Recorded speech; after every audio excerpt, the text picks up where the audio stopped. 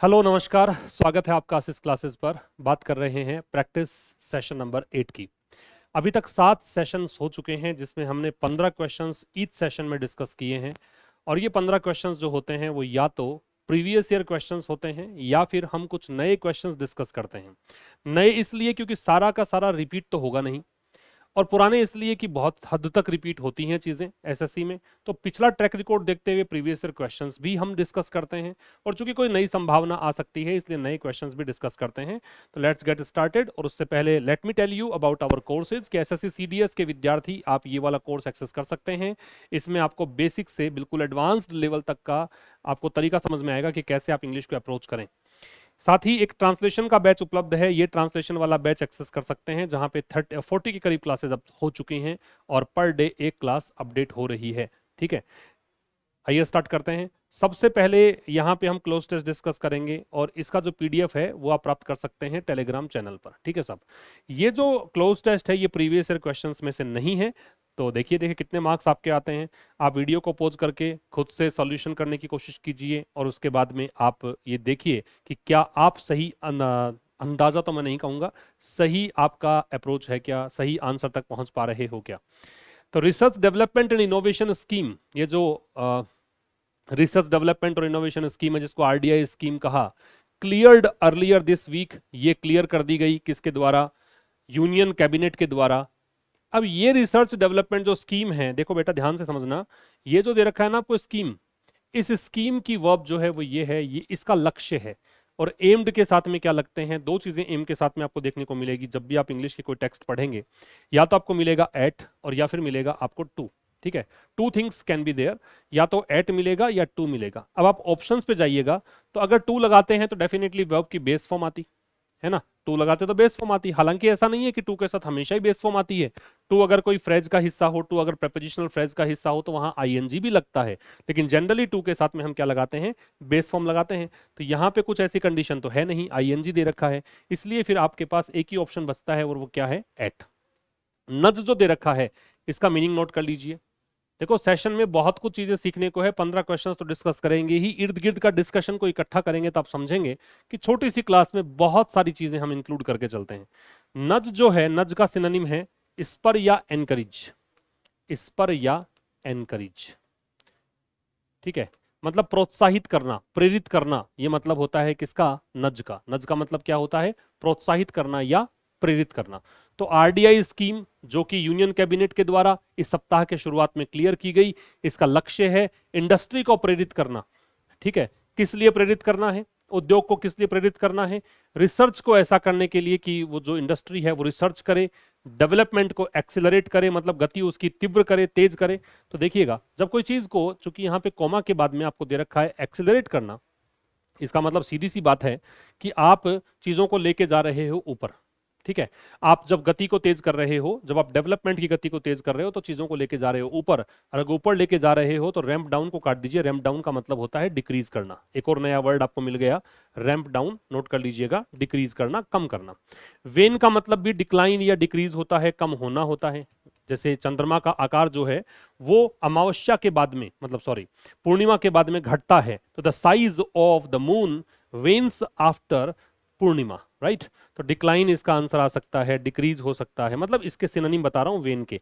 और वेन का जो एंटोनिम होता है वो होता है वैक्स। वेन का एंटोनिम क्या होता है? वैक्स। इसका मतलब होता है इंक्रीज होना। ठीक है, बचे दो ऑप्शंस। डाइवेस्ट जो होता है ये डिप्राइव होता है, मतलब वंचित होना।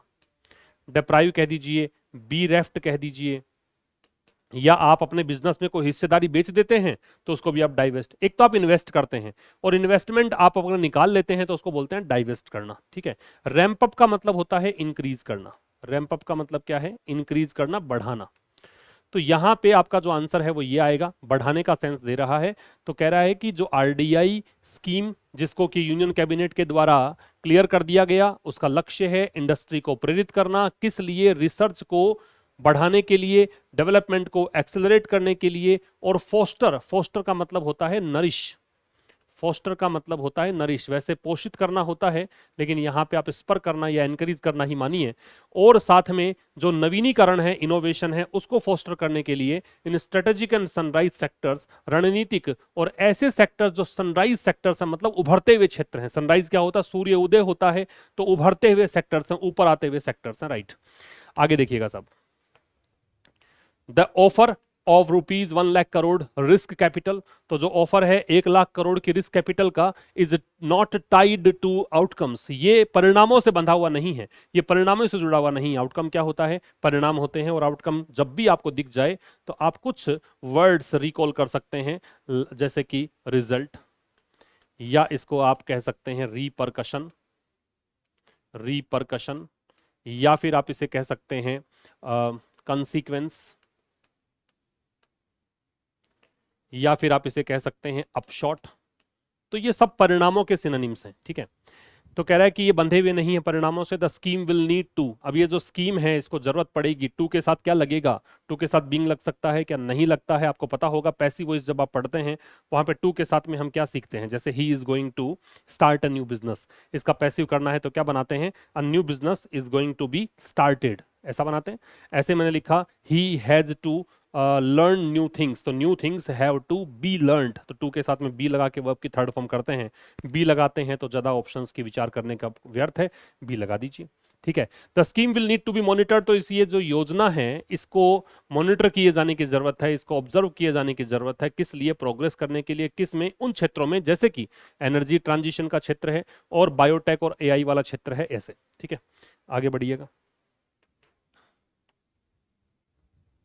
मैं कोशिश करूंगा ऐसा का ऐसा पीडीएफ ही प्रोवाइड कर दूंगा ताकि आप सोल्यूशन को भी एक बार फिर से देख सकें।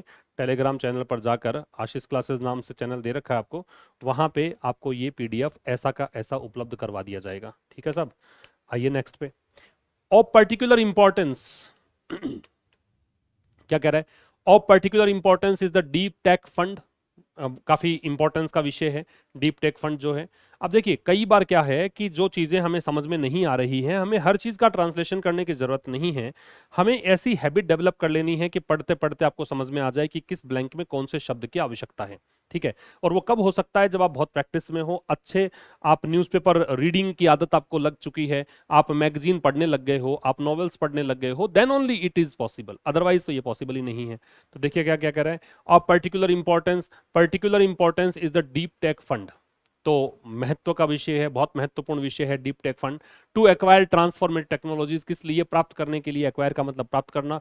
कौन सी तकनीक? ट्रांसफॉर्मेटिव टेक्निक, जो परिवर्तनकारी टेक्निक है वो। That is likely to draw private capital, जिसकी संभावना है कि ये निजी संपत्ति, निजी जो पूंजी है उसको लेकर आएगी इन एरियाज में। कैसे एरियाज? एरियाज बेटा यहाँ पे है नाउन, एरियाज क्या है? नाउन है। और नाउन को मॉडिफाई किससे करते हैं? एडजेक्टिव से करते हैं। एडजेक्टिव इन चार में से कौन सा है? देखिए स्ट्रेटजी नाउन है, स्ट्रेटेजिकली है, वो एलवाई लगा हुआ है, तो आपको पता है कि आप पढ़ते हैं ये चीज कि एलवाई लगा हुआ वर्ड जनरली एडवर्ब होता है, हर बार नहीं होता लेकिन जनरली एडवर्ब होता है, और स्ट्रेटेजिकली एडवर्ब ही होता है। स्टैटिक ये तो नॉट मूविंग होता है, जो स्टिल है नॉट मूविंग है, ठीक है, तो ये तो नहीं होगा, ये तो वैसे ही कट जाएगा। और स्ट्रेटेजिक रणनीतिक एरियाज में, ठीक है, तो ये आपका स्ट्रेटेजिक जो है एडजेक्टिव है, तो आपका आंसर आ जाएगा स्ट्रेटेजिक। तो जो जिसकी संभावना है कि ये प्राइवेट कैपिटल को ड्रॉ करेगा into strategic areas to the dash that the scheme seeds an ecosystem, to the dash इसमें क्या आएगा? to the bottom, to the surface, to the extent। देखो extend तो वैसे ही कट जाएगा, ये verb है, इसका मतलब होता है कोई चीज को expand करना, बढ़ाना। बचे हुए तीन options, to the bottom, to the surface, to the extent. Extent जो शब्द है इसका मतलब होता है लेवल या डिग्री। एक्सटेंट का मतलब क्या होता है? लेवल या डिग्री, स्तर को बोलते हैं। तो कह रहा है to the dash that the scheme seeds an ecosystem of innovation, मतलब इस चीज जो कि स्कीम जो है, ये योजना जो है वो बीज बोती है किसका? इकोसिस्टम ऑफ इनोवेशन, मतलब एक नवीनीकरण का बीज बोती है, एक इनोवेशन का इकोसिस्टम तैयार हो जाए, एक माहौल तैयार हो जाए, ऐसा बीज ये रोपित करती है। तो कह रहा है टू द डैश क्या लगना चाहिए? टू द बॉटम, क्या ये नीचे वाले पार्ट की बात कर रहा है, डीप पार्ट की बात कर रहा है, क्या ये सरफेस की बात कर रहा है? तो यहाँ पे आपका जो आंसर है वो सही बैठेगा ट्रांसलेशन के हिसाब से, क्या? एक्सटेंट। एक्सटेंट का मतलब है स्तर, हद। तो जिस स्तर तक ये जो स्कीम है ये बीज रोपित करती है नवीनीकरण के इकोसिस्टम का, it will be considered a success, तो उस चीज को आप एक सफलता मान सकते हैं, है ना। आगे पढ़ने की जरूरत नहीं है, आपके सारे आंसर्स आ चुके हैं। ये 5 क्वेश्चंस तो मैंने आपको दिए हैं न्यूज़पेपर से बना के। अब आगे वाले क्वेश्चंस देखिए, कॉमन एरर्स। अब इनमें से कुछ क्वेश्चंस जो हैं वो प्रीवियस ईयर क्वेश्चंस हैं, कुछ नए हैं। अलोन नाउ, अब अकेला है, एंड ऑलमोस्ट पेनीलेस, और लगभग पेनीलेस है मतलब विदाउट मनी है। व्हेन somebody इज पेनीलेस तो उसका मतलब है वो क्या है, विदाउट मनी है, उसके पास पैसा नहीं है, ठीक है। तो अब बिल्कुल अकेला है और लगभग पेनीलेस है, बिल्कुल भी पैसा नहीं है। He was bereft with hope, तो अब वो वंचित हो चुका है आशा से। bereft का मतलब होता है वंचित होना, जो डाइवेस्ट था, इसके साथ में हमेशा ओव लगाते हैं। तो देखिए ध्यान रखिएगा, चाहे बिरीव आ जाए, बिरीव की सेकेंड और थर्ड फॉर्म bereft होती है वैसे, है ना, चाहे डाइवेस्ट आ जाए, चाहे deprive आ जाए, इन सब के साथ में एक डिवॉइड भी होता है, वंचित होना। इन सब के साथ में हम क्या प्रेपोजिशन ऐड करते हैं, ओव ऐड करते हैं, याद रखिएगा। ये एक नई जानकारी, ध्यान रखें। प्रेपोजिशन में आप पढ़ते हैं ये वंचित होना इसका मतलब है, ठीक है सब। आगे देखिएगा,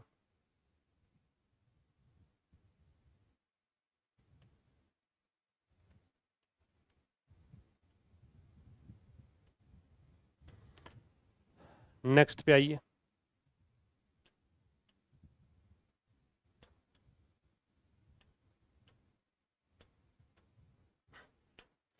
नेक्स्ट कह रहा है India and the US have agreed to sign on a new 10-year defence partnership framework. Framework का मतलब एक सिस्टम हो सकता है, स्ट्रक्चर हो सकता है। तो भारत और यूएस, यूएस से पहले द लगा है क्योंकि जिन देशों के नाम के साथ यूनाइटेड वर्ड होता है, चाहे यूके हो, चाहे यूएस हो, चाहे यूएई हो, उनमें द लगता है। तो भारत और यूएस जो है वो सहमत हो गए हैं, किस लिए, सिग्नेचर करने के लिए, साइन करने के लिए। तो साइन जो एक वर्ड है ना, वो ट्रांजिटिव वर्ब है। साइन कैसी वर्ब है, ट्रांजिटिव। इसके बाद में प्रेपोजिशन नहीं लगता है, याद रखिएगा। साइन के बाद में प्रेपोजिशन नहीं लगता है, sign does not take any preposition after it. तो यहां पे आएगा नो प्रेपोजिशन, ठीक है। भारत और यूएस जो है वो सहमत हो गए हैं सिग्नेचर करने के लिए, किस पर, नया 10 साल का डिफेंस पार्टनरशिप फ्रेमवर्क पर। नया 10 साल का एक रक्षा समझौता जो इनके बीच में हुआ है उस पर। तो देखो, न्यू 10-year डिफेंस पार्टनरशिप, ये 10 जो है ये नंबर है, ये ईयर नाउन है, और डिफेंस पार्टनरशिप भी नाउन है। तो ऐसी स्थिति जब बनती है, ये नाउन में आप पढ़ते हैं ये वाला फंडा भी, कि जब नंबर दे रखा हो और उसके बाद में हम कोई नाउन देखते हैं और उसके बाद में एक और नाउन देखते हैं, नंबर प्लस नाउन वाला स्ट्रक्चर अगर देखते हैं कहीं, तो नंबर के बाद वाला जो नाउन है ना, ये सिंगुलर आता है। ये सिंगुलर आता है, क्यों आता है, क्योंकि ये इसका मॉडिफायर बन चुका होता है, इसकी विशेषता बताता है। ये नाउन टॉपिक में आप पढ़ते हैं, ठीक है। तो नाउन से पहले वाला नाउन है वो सिंगुलर होता है क्योंकि ये मॉडिफायर बनता है, और अल्टीमेटली ये एडजेक्टिव की तरह काम करता है। और एडजेक्टिव जो है उनका प्लूरल फॉर्म पॉसिबल नहीं होता, नाउन का होता है, इसलिए ये ईयर ही आएगा, ईयर नहीं, मतलब ईयर्स नहीं आएगा। और इसको ईयर पढ़ते हैं, ध्यान रखिएगा। इसको क्या पढ़ते हैं, YEAR को ईयर, ये ईयर ऐसे पढ़ते हैं। इसलिए कभी इससे पहले आर्टिकल की आवश्यकता आपको पड़ जाए ए और एन में से, तो ए लगाइएगा, एन मत लगाना। नंबर 8 कह रहा है कि the BJP NDA allies in Bihar have publicly backed. Back का मतलब होता है बेटा सपोर्ट करना। बैक का मतलब क्या होता है, सपोर्ट करना। तो बीजेपी का जो एनडीए अलाइज है, बीजेपी के जो एनडीए घटक दल हैं, मित्र हैं, अलाइज मतलब फ्रेंड होते हैं बिहार में। अब ये अलाइज प्लूरल है तो इसकी वर्ब है हैव, पब्लिकली एडवर्ब है, बैक्ड यहाँ पे वर्ब है। इन्होंने सार्वजनिक रूप से इलेक्शन कमीशन का जो special intensive revision of electoral roll है, कि विशेष रूप से बड़ी गहनता से हम चुनावी सूची को रिवाइज करेंगे, संशोधित करेंगे, ये जो बात है इसको सपोर्ट किया है in the poll bound state. कहां पर, उस राज्य में जो कि पोल बाउंड है। पोल बाउंड मतलब यहाँ पे चुनाव होने वाले हैं, तो यहाँ कोई गलती नहीं है, एवरीथिंग इज एब्सोल्युटली राइट। तो ये तो हो गया अपना एरर वाला पार्ट। आइए नेक्स्ट पर, सेंटेंस इंप्रूवमेंट। और ये वाला एसएससी सीजीएल प्रीवियस ईयर में दे रखा है। Ramesh led in the shade of a tree. बेटा याद रखना हमेशा, लाई ले लेन होता है ना, लाई ले लेन होता है, और एक वर्ब बनती है ले लेड लेड। ये दोनों बातें आपको ध्यान रखनी है। लाई ले लेन होता है और ले लेड लेड होता है। तो लाई लेटना होता है, उसकी सेकंड फॉर्म ले और थर्ड फॉर्म लेन। ये तो होता लेटना, पड़े रहना, ठीक है। और ये होता रखना। अब आप देखो कि सेंटेंस में किसकी आवश्यकता है। और ये वैसे जो ये वर्ब है ना, ये ट्रांजिटिव और है, ये ट्रांजिटिव भी है, मतलब इसके बाद में तो ऑब्जेक्ट भी चाहिए किसको रखा है, जबकि ऐसी स्थिति नहीं है। तो रमेश जो है वो लेटा हुआ था पेड़ की छाया में। अब देखो लेइंग तो वैसे नहीं आएगा क्योंकि ये तो रखना होता है ना। और लाई और ले में से लगाना है, ये गलत हो गया लेड, क्योंकि ये ले की सेकंड फॉर्म है, जबकि हम रखने की बात ही नहीं कर रहे, तो नो इंप्रूवमेंट नहीं आएगा। बचे हुए दो ऑप्शंस में से आएगा, चूंकि रमेश लाई कर दूंगा तो फर्स्ट फॉर्म है तो एस जुड़ना पड़ेगा, अगर रमेश को देखकर वैसे वो प्रेजेंट में हो जाएगा और वो ठीक नहीं बैठेगा, तो ये काट देंगे, तो आपका जो आंसर है वो ले आ जाएगा। लाई की सेकंड फॉर्म लेटा हुआ था, पास्ट इंडेफिनिट टेंस में चला जाएगा। ठीक है, तो ये अपना क्वेश्चन नंबर 9 हो गया। अब आप आइए क्वेश्चन नंबर 10 में। क्वेश्चन नंबर 10 जो है सेंटेंस इंप्रूवमेंट का ही है, और ये आपसे पूछा गया है सीजीएल टीयर फर्स्ट 27 जुलाई 2023 को। पॉलीथिलीन टेरेपैथलेट ये नाम है प्लास्टिक का, one of the most often recycled plastics. One of के बाद में याद रखनी है दो बातें, एक तो याद रखना है कि आप इसके बाद में नाउन लगाएंगे प्लूरल तो प्लूरल नाउन है, दूसरा अगर डिग्री लगाएंगे तो डिग्री सुपरलेटिव आएगी, तो ये डिग्री सुपरलेटिव भी है। दो बातें ध्यान रखिए हमेशा। मैं एक एक बात जो बता रहा हूं ना उसको नोट डाउन कर लेना, क्योंकि वो चीजें परीक्षा में बार बार में आती हैं। जब आप एग्जाम हॉल में अपीयर होंगे तो आपको याद आएंगी एक एक चीजें कि हाँ सर ने बताई थी मुझे इस वीडियो में, और ये बात चीजें यहाँ पे रिपीट हो गई। वन ऑफ द वाले में प्लूरल तो आती है नाउन हमेशा, और साथ में याद रखना है कि डिग्री अगर लगानी हो तो डिग्री कौन सी आती है, डिग्री सुपरलेटिव आती है। तो दोनों ही चीजें सही हैं, एवरीथिंग इज एब्सोल्युटली राइट, तो नो इंप्रूवमेंट की तरफ जाइए। तो पॉलीथिलीन टेरापैथलेट जो है वो सबसे अक्सर सबसे ज्यादा रिसाइकल होने वाला प्लास्टिक है, और ये जो प्लास्टिक है can be transformed into everything, ये किसी भी चीज में ट्रांसफॉर्म हो सकता है, किसी भी चीज में इसको बदला जा सकता है। नेक्स्ट पे आएंगे, सीजीएल टीयर फर्स्ट में ये क्वेश्चन था 27 जुलाई 2023 का। Wealth is no doubts necessary for happiness in life, ये सीजीएल टीयर फर्स्ट 2 सितंबर 2016 इवनिंग शिफ्ट में पूछा गया क्वेश्चन है। तो यहाँ पे जो आपको पार्ट रेक्टिफाई करना था या इंप्रूव करना था वो ये वाला है। देखो वेल्थ इज नो डाउट्स नहीं होता, क्या होता है नो डाउट, एस नहीं आएगा। अब नो डाउट होगा तो wealth is no doubt necessary for happiness in life, तो निश्चित रूप से, या नो डाउट मतलब बेशक, जो वेल्थ है या धन है वो जीवन में खुशी के लिए आवश्यक है। तो देखिए यहां चूंकि ये फैक्चुअल बात कर रखी है, ये फैक्ट है, ये तथ्य है, और फैक्चुअल कोई चीज होती है तो प्रेजेंट में ही आती है, तो पास्ट वाला विकल्प काट दीजिए, वॉज नहीं आएगा। फिर इज नो डाउट नेसेसरी बिल्कुल सही है, इज नो डाउटिंग ये डाउटिंग नहीं बनेगा, और नो इंप्रूवमेंट गलत इसलिए हो गया क्योंकि ये वाला गलत था, एस जोड़ रखा था, तो कौन सा ऑप्शन सही हो जाएगा आपका 2 नंबर। ठीक है सब, आइएगा नेक्स्ट पर। नंबर 12 ये भी सेंटेंस इंप्रूवमेंट का क्वेश्चन है, और ये आपसे पूछा था सीजीएल टीयर फर्स्ट 2 सितंबर 2016 इवनिंग शिफ्ट में ही। All people want to be happy do they, इसको आपको अगर गलत है तो रिप्लेस करना है दिए गए ऑप्शन से। सब सीधी सी बात है कि क्वेश्चन टैग पूछा है आपसे, और क्वेश्चन टैग में आप देखिएगा कि अगर ये पॉजिटिव है तो ये नेगेटिव आएगा, सीधी सी बात। ये पॉजिटिव है तो निश्चित रूप से नेगेटिव आएगा, नेगेटिव आएगा तो साहब ये तो पॉजिटिव दे रखा है ना डू दे, तो ये नो इंप्रूवमेंट नहीं आएगा। ये भी पॉजिटिव है, ये भी नहीं आएगा। दूसरा कॉन्सेप्ट क्या होता है क्वेश्चन टैग का, कि जैसी वर्ब इधर दे रखी होती है ना उसी से ही कुछ कर सकते हो। तो वर्ब क्या है, वांट, वांट वर्ब की कौन सी फॉर्म है, फर्स्ट फॉर्म, और फर्स्ट फॉर्म का संबंध डिड से है क्या, नहीं है, तो ये काट दो। किससे संबंध है, डू से, आपका आंसर आ जाएगा 1 नंबर। विद डू और फर्स्ट फॉर्म प्रेजेंट सिंपल में आते हैं, तो फर्स्ट फॉर्म का संबंध डू से होता है न कि डिड से, तो यहाँ पे डू नॉट दे आ जाएगा। इसका मतलब है सभी व्यक्ति खुश होना चाहते हैं, क्या वो नहीं चाहते हैं।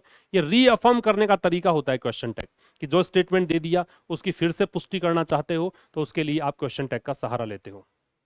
नेक्स्ट में आइएगा 13 Taj Mahal is a worth seeing monument, बहुत इंपॉर्टेंट क्वेश्चन है, सीजीएल प्रीवियस ईयर में आया हुआ क्वेश्चन है।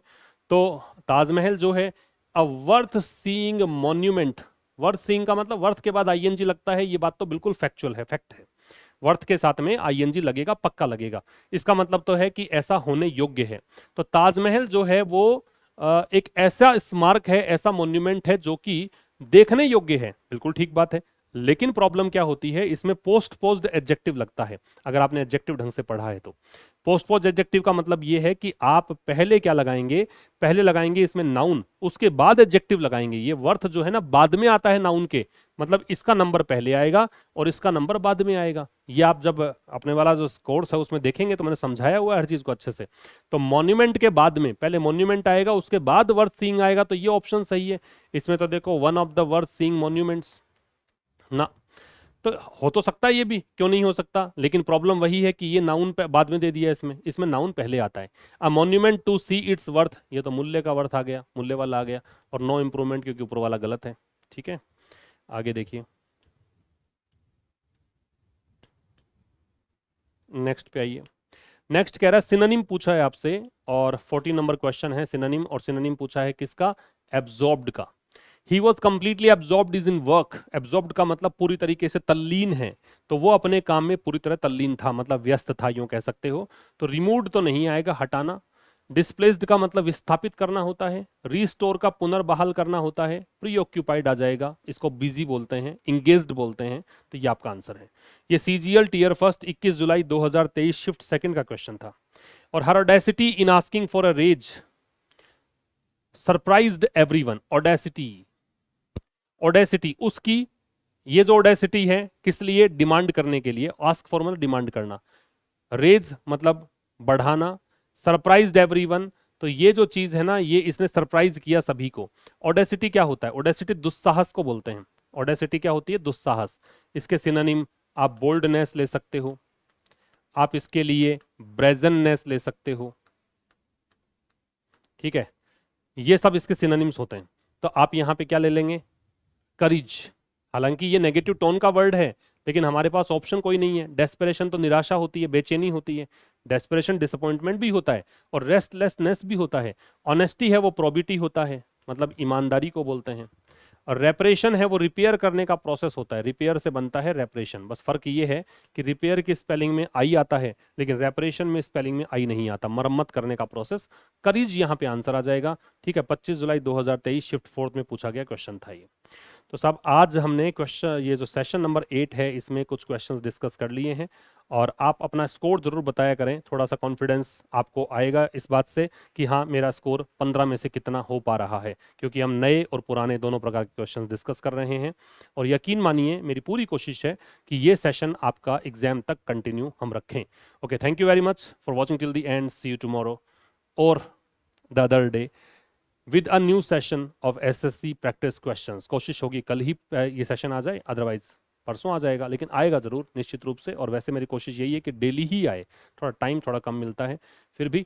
और द हिंदू वाला सेशन देखा करो भी, 5 बजे वाला, वहाँ पे अगर आप रेगुलर रह रहे हो तो 50 दिन से वो सेशन कंटिन्यू आ रहा है, तो वहाँ से भी बहुत चीज़ें सीखने को मिलेगी। और वो सेशन आपने देख लिया तो यकीन मानिए कि बिना किसी तैयारी के भी अगर आप अपीयर होगे परीक्षा में, तो बहुत अच्छे मार्क्स आप लेके आओगे। Okay, thank you very much, see you tomorrow, नमस्कार।